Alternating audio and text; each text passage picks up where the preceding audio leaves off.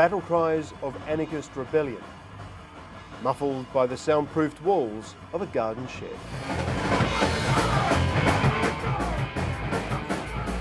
The famous Peter and the test tube babies, or Dave, Del, Pete and H to their mates, rehearse for a royal wedding party you didn't see on the nightly news. While much of the world may be obsessed with frocks and princely kisses, Britain's ageing punks see the ceremony as another excuse for poking fun at the monarchy. Who would like to get paid for wearing stuffy, boring clothing all day and having to wave out the window with a pretend smile? What a rubbish job. I mean, I'd rather be poor. That's why I'm in this bag. That's lucky That's for why you. I'm in this bag. How lucky is that? Oh, lucky day. Well done, mate. Well done. At least you made the correct career choice.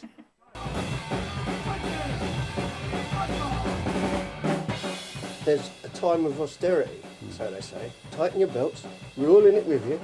No, they're not. And this monarchy is just, we've got to spend a load of money. Think about the tourism they bring in, Dave. Farce.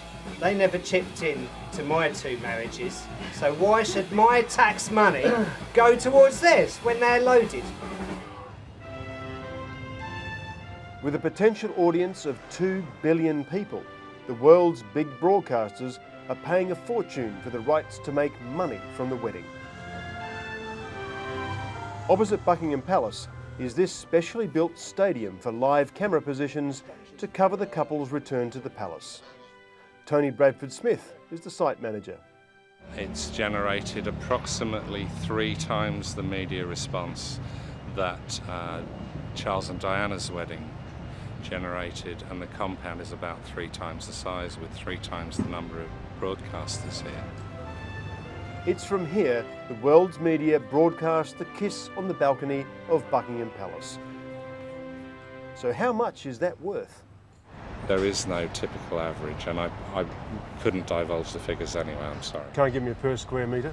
No. I guess the broadcasters make the money back from advertising, that's how it works. So this is basically an event that has its own business dynamic.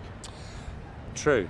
It's the first time that, I suppose, that one of these events has had a commercial dynamic to it, because previously the costs of the facilities have always been met by the British government.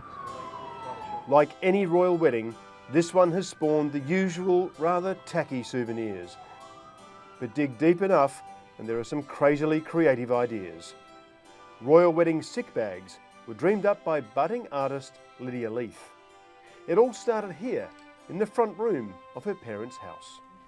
My mini production line of royal wedding sick bags, and the response has been, nothing I could ever expect. Demand was so strong, Lydia had them commercially printed, but she still signed and stamped each one as a little piece of ironic art. But what do the royal couple think? Well, I haven't heard anything from them yet, and I don't know if they've ordered one or not, unless they've ordered one under a secret name. But do you think they might be a bit upset by it though? Is it a bit... Well, I think they have got a sense of humour and they'll understand it's a bit of fun. And it's quite a lot of work, isn't it, all this, sorry? My own mother wasn't happy I was doing a story that was less than gushing about the wedding. So I wondered what Lydia's mum, Tina, thought of the sick bags. So this is quite a success, isn't it? I think it's fantastic. I just couldn't stop laughing when she first produced it and came up with the idea. So, yeah, I thought it was really tongue-in-cheek, not offensive. Not so very long ago, Lydia would have ended up here. The Tower of London has played host to many traitors in its 1,000-year history, and today, just across the river, treasonous plots are again afoot to bring down the monarchy. I don't think that in modern democracy, in a country that claims to be a democracy, that we should be allowing one family to be inheriting the highest office in the land. From his South London flat, Graham Smith runs Britain's Republic movement. So we have one aim really, which is to abolish the British monarchy, to have a new constitution for Britain, and an elected and effective head of state, someone who can actually play a role, a constitutional role, and represent Britain. Graham says the wedding has doubled the group's membership as many Britons look with some concern to the future and the throne occupied by King Charles.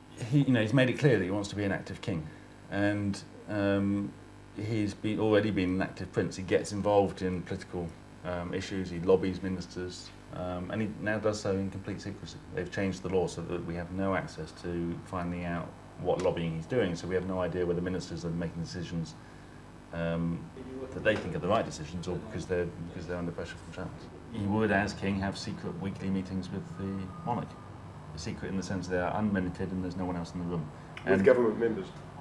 Well, with the Prime Minister and, on occasion with other ministers.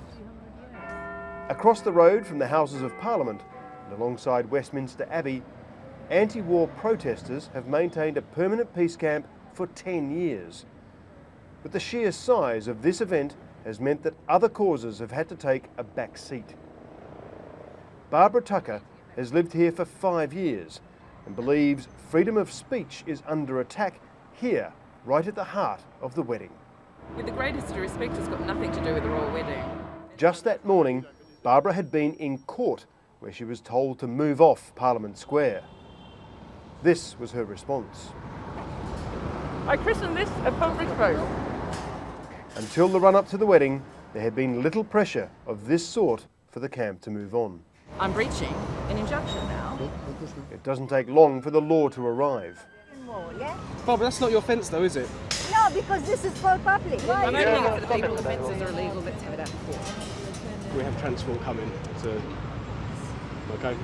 So you're not going to play off or do anything silly today? No, can I have a cigarette before I go? You can have a smoke, yes, I have no problem with that. Can't I take down a couple more fences while I'm at it? I think you've done that. It seems futile. At this stage, the establishment's desire for pretty pictures around Westminster Abbey are conspiring against her and what she sees as her right to protest. With Barbara out of the way for now, the status quo is sadly reinstalled.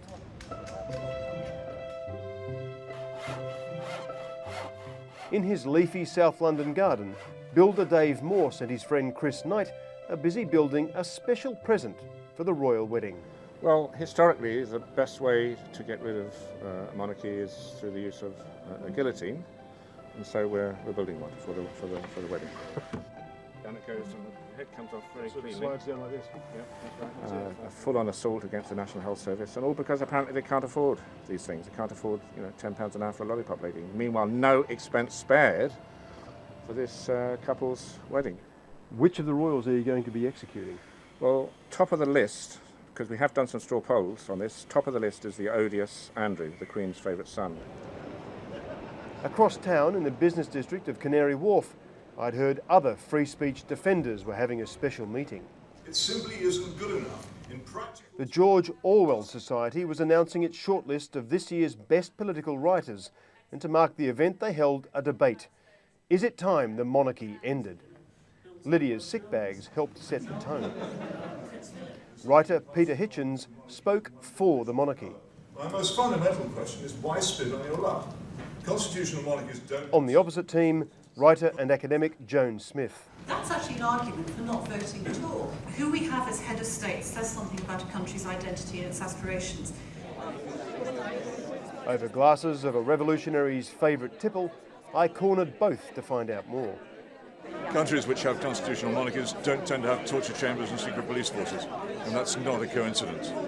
It's because of the nature of the arrangement where we actually have a mixture of democracy and tradition and law in our constitution, which is a great restraint on certain forms of politics and keeps them out of the centre of things. And those countries which have dispensed with traditional constitutional monarchy have often found that what's moved in there instead has in fact threatened many of the things which they value most about their society. We've had the same family for several hundred years, and the idea that one family can satisfy all the requirements of a head of state for several centuries is a complete nonsense. So I think it's an opportunity to raise that question, which doesn't usually get addressed in this country. And if you do question it, then you're portrayed as a freak and a weirdo and somehow, a curmudgeon. And that's a way of trivialising a really serious and important political point. In the tiny Welsh village of Mould, Adam Phillips was packing up his car for the big day, but he wasn't going to the wedding. I haven't. We're off to Machynlleth in mid-Wales for an escape camp. Adam is a Welsh nationalist. And at the camp, they will have no radio, no TV, and will not be watching or even discussing the wedding. Adam, with his band of fellow rebels, planned their own big day. It's going to be basically a social gathering, a get-together, time to have fun and chill out, really, to get away from it all. So To get away from what? To get away from the big wedding. It's been overhyped, over-publicised, and over the top right from the start. They think Wales should be a republic, working as an equal partner with England, not ruled as a smaller brother. What's your position on obviously the Prince of Wales? The position of the Prince of Wales? It doesn't exist. There hasn't been one for 600 years. What do you mean? That was the last one of England doing. It was the last Prince of Wales. Yeah, we have nothing against the people. I'm sure Charles is a lovely guy. Anytime he wants to meet us for a cup of tea, that's fine, I'll have a cup of tea. But they are not our royals. It doesn't matter what they do, they will never be our royals. Finally, the big day arrived. Adoring fans, many of them from overseas, gathered at major landmarks to watch the processions. Looking at Trafalgar Square, everybody. Security was tight. I'd been told there was an alternative celebration in another part of London. But on the way, we found police cracking down on any potential protest. The reason they've been stopped, as you can see, one of the males has got a flagpole underneath his jacket. It's caused some concern, so it's just stop, getting an account of what they're doing, asking them where they are, and they'll be on their way shortly. This is part of the police's ring of steel around the wedding. We're in the back streets in Soho here, behind the main squares. 50 or so known protesters have been barred from entering London, and the police are jumping on these small groups of protesters who seem to be getting ready for an action. They've found, they say, a red and black flag, which is the symbol being used by the anarchists in their protests. But obviously the red and black flag could be seen as a symbol of protest, right? Yeah. So it is a protest. Yeah, in a way. But is it? What do you guys think of the wedding? Nice day, isn't it? A romantic couple in love. Only one thing I'll say about that, they're better dead than wed. So these guys are anarchists. They were picked up by the police because they had the anarchist flag, but they said they were going to the Soho Square street theatre protest against capitalism and against the wedding. Is this for all the people or just a tiny minority of the people? But the night before, police had swooped on Chris and the guillotine team. Leave him alone, this man is a pensioner, for goodness sake.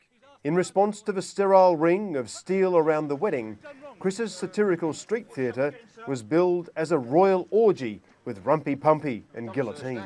Listen, you're having a laugh. Make sure that it all goes down your plum. You're having a laugh. But the police said he was detained on, quote, suspicion of conspiracy to cause public nuisance and breach of the peace.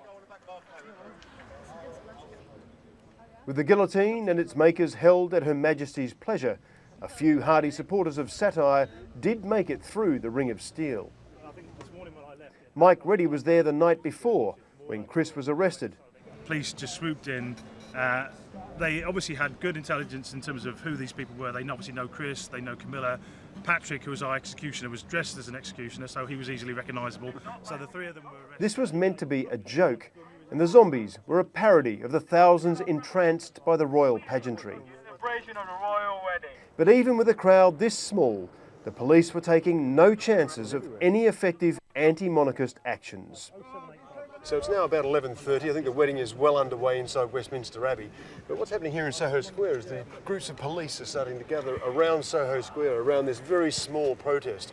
We're not quite sure what's about to happen, but I'm told police are moving in from all directions. Suddenly, a group of young men came out of nowhere and confronted the protesters. A group of what looked like thugs confronted the protesters. The police then all moved in and basically locked this area down. They're basically stopping anybody leaving who's not media. Just a few blocks away, police were also keeping a close eye on another party. Several hundred Republicans and quite a few curious onlookers turned up for the event. Would you like to be operated on by a hereditary brain surgeon? Not especially. Well, there you are. Republic leader Graham Smith welcomed the crowd. We're going to get rid of the monarchy, and we want to get rid of it in the next 10-15 years. It was a small gathering, but the royal wedding does seem to have boosted media interest in the Republican cause. So Graham, how do you rate today?